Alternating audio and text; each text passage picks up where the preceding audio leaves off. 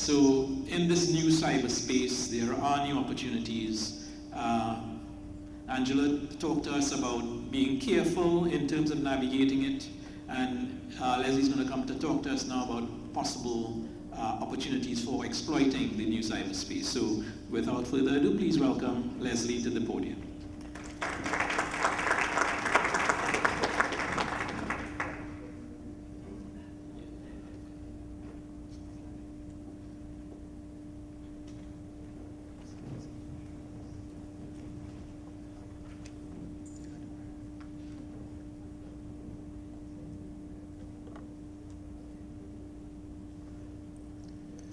Friday, 24th November 2017.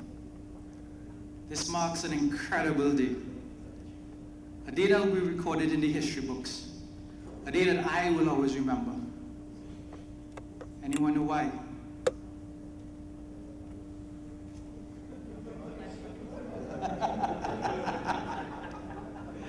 Last Friday was Black Friday, a holiday in some states, and it marks the start of the Christmas shopping season. But for one man, this was no ordinary Black Friday.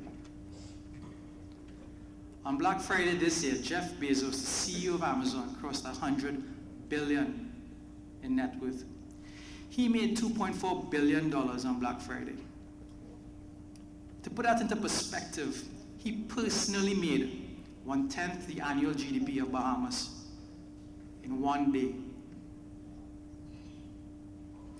And remember I mentioned it was a holiday? He did this without going to work,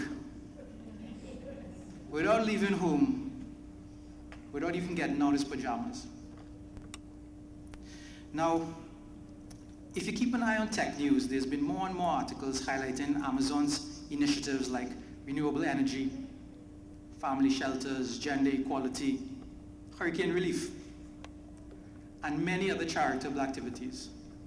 These all suggest Amazon is taking a strong position on social responsibility. And Amazon is known for its relentless focus on serving customers, even at the expense of near-term profits. Isn't that the agenda many organizations, especially governments, struggle with today? Haven't social programs always come at the expense to taxpayers, to the state, or to someone else? But at Amazon, they maintain a long-term view which is socially responsible, profitable, and sustainable. So the question is, how can we improve our customer experience and improve bottom line at the same time? In the case of governments, how can we improve the lives of our citizens and generate new revenue streams at the same time? While it sounds like opposing ends of the scale, Amazon is doing it using big data. What if we use big data? My name is Leslie Fook. I'm a Caribbean leader in analytics, and I'm a data millionaire. I'm not greedy, but this is my number. When I get to this number, I'll retire. Today, my job is to convince you all to join ranks and become data millionaires as well. My journey started about 7 years ago, and it started in infrastructure. For us, it was a time of adversity. My company was in decline, we had limited resources, we faced budget cuts, and we struggled to make ends meet. Projects that we would have normally won were being lost. Clients that we had for years were terminating contracts. And the scary part was, we didn't know what to do about it. So I set out to understand why. I wanted to analyze my data. I wanted to make better decisions, but I couldn't program, I couldn't script. I wanted the ability to look around corners, to predict the future, but I couldn't even make sense of the past. I spent weeks banging away at it, and I wasn't making much progress. Eventually, a light went on in my head, and I did what anyone needing to answer complicated questions does. I Googled it. I stumbled across a Gartner report which highlighted a market leader for business intelligence. I did some more research and eventually landed up on YouTube.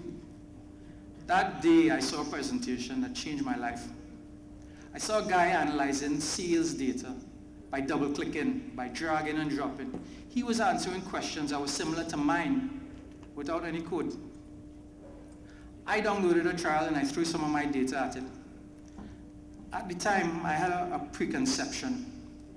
Analytics was difficult. There was a huge learning curve. But this tool was amazing. It was easy, it was intuitive. I was zipping through the last 5 years of data, and quickly I figured out why I was losing business. It was cloud. We were no longer competing with the Macy's or the Comets of the region. We were competing with Microsoft, Google, and Amazon. And just for the record, I'm not the guy in blue. We were competing on a global level, and I didn't know it. Technology companies are usually first ones to be disrupted by technology. But if you fast forward to today, and you walk through any mall in the world, it becomes apparent that everyone has to compete on a global level. Isn't this the reality for many of us here in the Caribbean? Amazon is making copious amounts of money. They're disrupting even the Walmarts of the world. This Christmas, my family and I are traveling to Canada. I'm taking my kids to see their first white Christmas. And believe it or not, the thing that excites me the most isn't the snow, isn't Niagara Falls, but it's taking my 3 boys to see Toys R Us. I remember the first time I went Toys R Us. And if you ask me what Christmas smells like, I'll tell you Toys R Us. So I know it's something they will never forget either. Sadly though, Toys R Us will be closing their doors, and this will be their last Christmas. There's a lesson for those who are slow to evolve. Disrupt or be disrupted. A lesson that hopefully we can learn at someone else's expense. So, what is big data? You'd have probably heard a lot of definitions. You'd have probably heard about the 3 V's of big data: variety, velocity, volume. I was at a conference a couple of months ago and someone told me there are now 5 V's. Last week I was reading an article and it said there are 8 V's. So even the definition of big data is getting bigger and bigger. I'd like to talk about these 3 whys. Why does big data present such an opportunity? We know big data can be used to generate revenue, to make better decisions, and to generally make people's lives better. But at the same time, why does big data present such a threat? It threatens to disrupt our businesses, to make us redundant, and some think replace us. And if we know this, why aren't we doing more about it? Will we just roll over like Toys R Us? To really understand these, we need to understand what's driving big data, and that's the speed of technology adoption.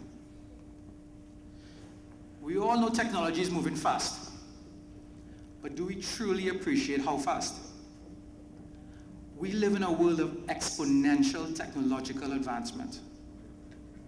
So please permit me to look at some history. This chart shows how long it took for several technologies to be adopted by 250,000 people, 250,000 only. It took electricity 46 years. Television took 26 years, 250,000 people. The internet took 7 years. But this is old news, right? What about Facebook? 1 million users. How long did it take Facebook to get 1 million users? Any guesses? How long? 3 months, 2 weeks, a little longer than that. It took them 10 months. 1 million users. Remember, electricity was 46 years for 250,000. Dropbox, how long? 6 months? Close. 7 months. Instagram. Close. 2.5 months. Anybody heard of Path? Probably not. But how long it took them to get 1 million users? 2 weeks. 2 weeks, 1 million users. And I never heard about them. So there are a couple of drivers here, and I'll just touch on them, we'll come back again. And it's internet adoption, mobile penetration, IoT deployment, and cloud acceleration. So in 1969, the US Department of Defense appropriated $1 million to create something called ARPANET. It allowed 4 universities to connect. This was the first time machines communicated with other machines, and this was the birth of the internet. If we fast forward 50 years, today more than 50% of the world's population are online. 3.8 billion people. In 1992, the first true smartphone was created. It was the IBM Simon Personal Communicator. And it was even touchscreen. 25 years later, 3.5 billion mobile internet users on the planet. IoT was first coined by Procter & Gamble in 1996. Anybody know what Procter & Gamble makes? Soap. Yeah, absolutely. In 2008, the number of connected things exceeded the number of connected people. Today, there are 8.4 billion IoT devices. We only have 7.6 billion people on the planet. I met the head of analytics for Procter & Gamble a couple of weeks ago. They just released the first connected toothbrush. Yeah. They said their connected toothbrush will help you understand which tooth to focus on.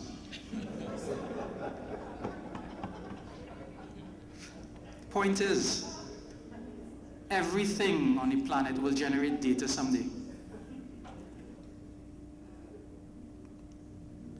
Cloud was first coined by compact computers in 1996. Anybody own a compact computer?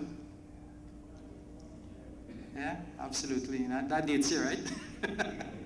In 2007, a little more than a year after Amazon Web Services was launched, Amazon Web Services exceeded their bandwidth usage of the traditional Amazon company. This year, public cloud is worth $246 billion. I hate to pick on the Bahamas, but that's the GDP of the Bahamas for the next 10 years.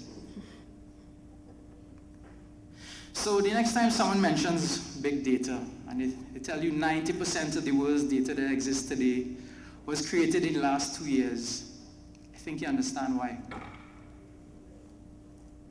These are defining times for CIOs and CTUs. We were typically responsible for keeping the lights on, and we contributed to profitability through cost savings. That's all changing. Today we've been asked to bring new and innovative techniques to change business outcomes. Data and analytics presents that opportunity. So there are many ways that data and analytics can present new opportunities. I'll just touch on 3. I'll even give you some examples from right here in the Caribbean. Now, there are 2 clear leading countries in the Caribbean when it comes to data and analytics. Anyone care to venture a guess? Nobody from the front row. Which countries? Anybody? Jamaica. You all know the answer already. It's the Bahamas and Jamaica.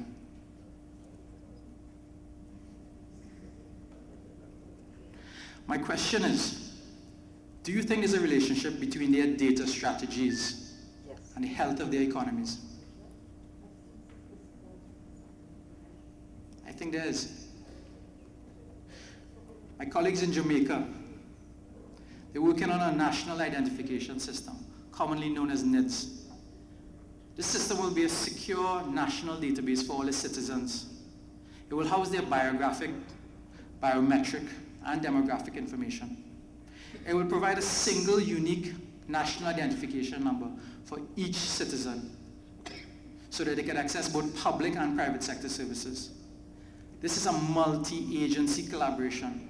It will streamline and eliminate the duplication of effort. It will save Jamaica money.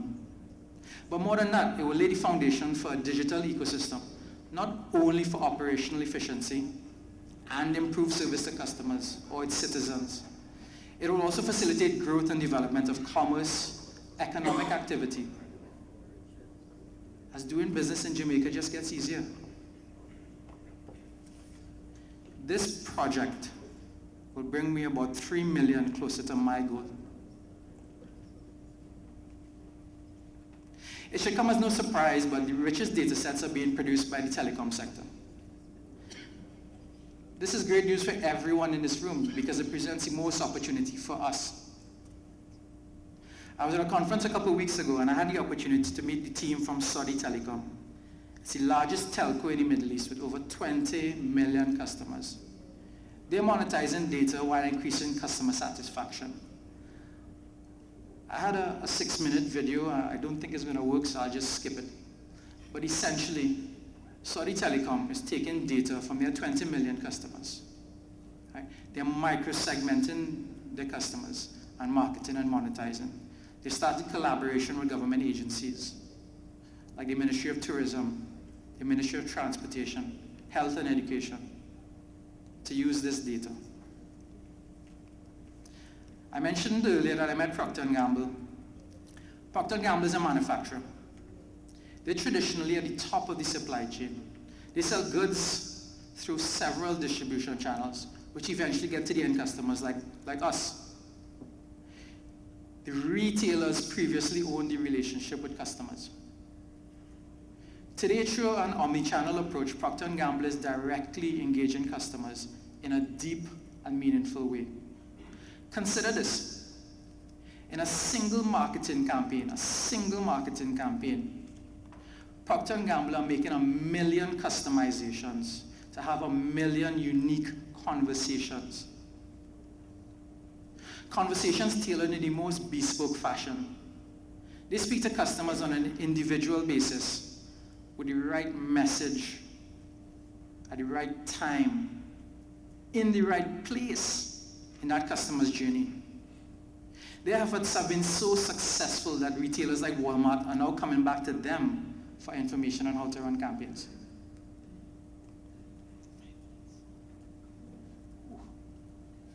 Does anyone recognize this? Yeah? I'll give you a hint. Bahamas understands customer experience. This is my first trip to the Bahamas. While flying in, I saw this departure card. I travel a lot for business, a lot more than leisure, but I've never seen a departure card looking like this. It made me feel like the Bahamas cares about me, that they want my business. As a data person, I was thoroughly impressed. As soon as I got off the plane, I was greeted by a pirate. I walked up to immigration and there was a live band. And I've traveled to many countries, but this is the first time I've seen people in an immigration line smiling and dancing. I think the government of Bahamas deserves a round of applause for their customer experience.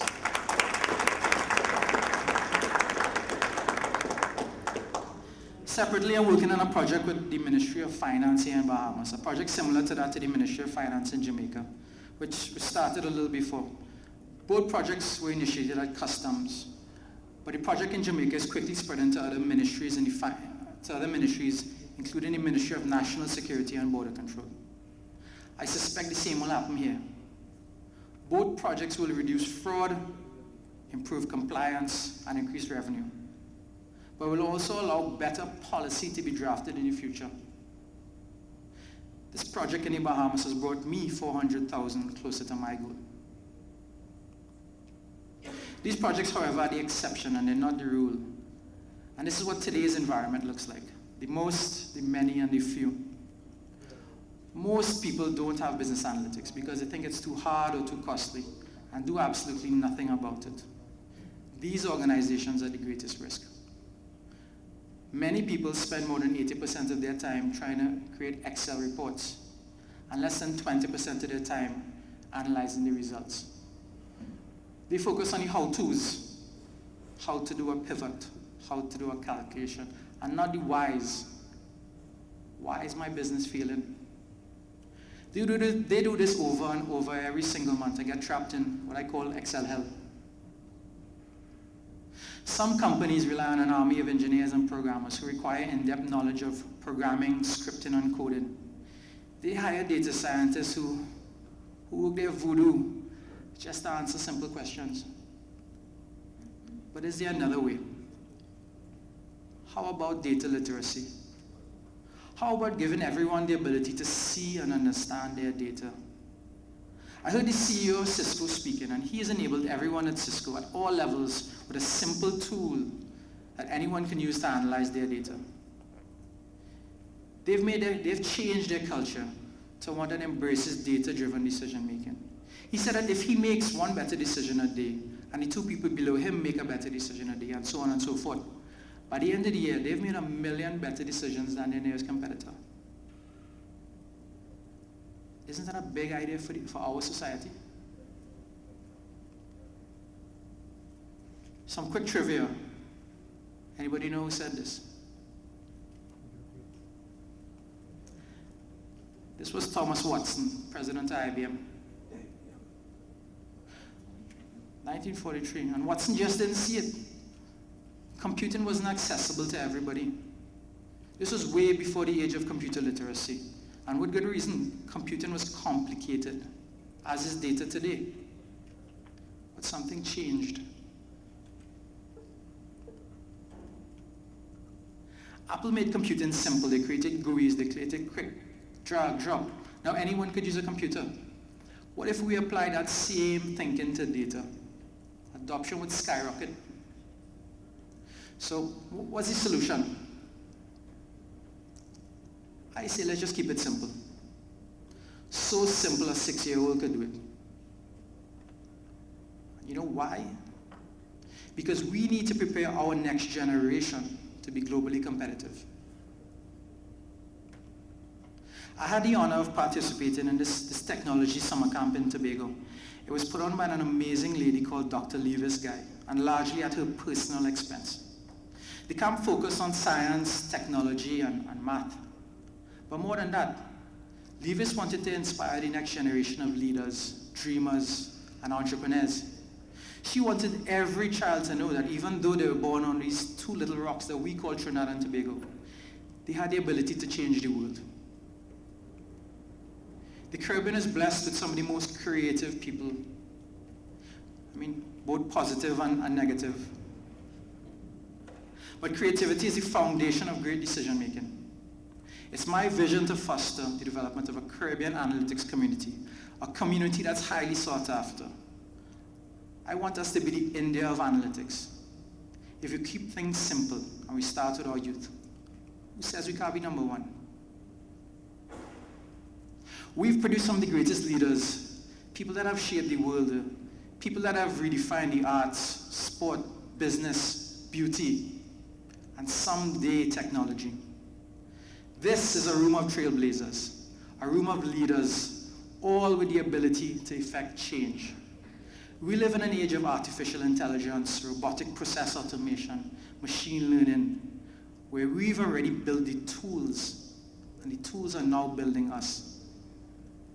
And for the first time, we have the ability to overcome our human limitations. And it's our responsibility to positively and exponentially impact more people. My name is Leslie Lee Fook, and I'm a millionaire. I belong to a new generation of millionaires. One that doesn't measure success with money. We measure success with the number of lives we positively affect, the number of people we touch. This is my number. What's yours?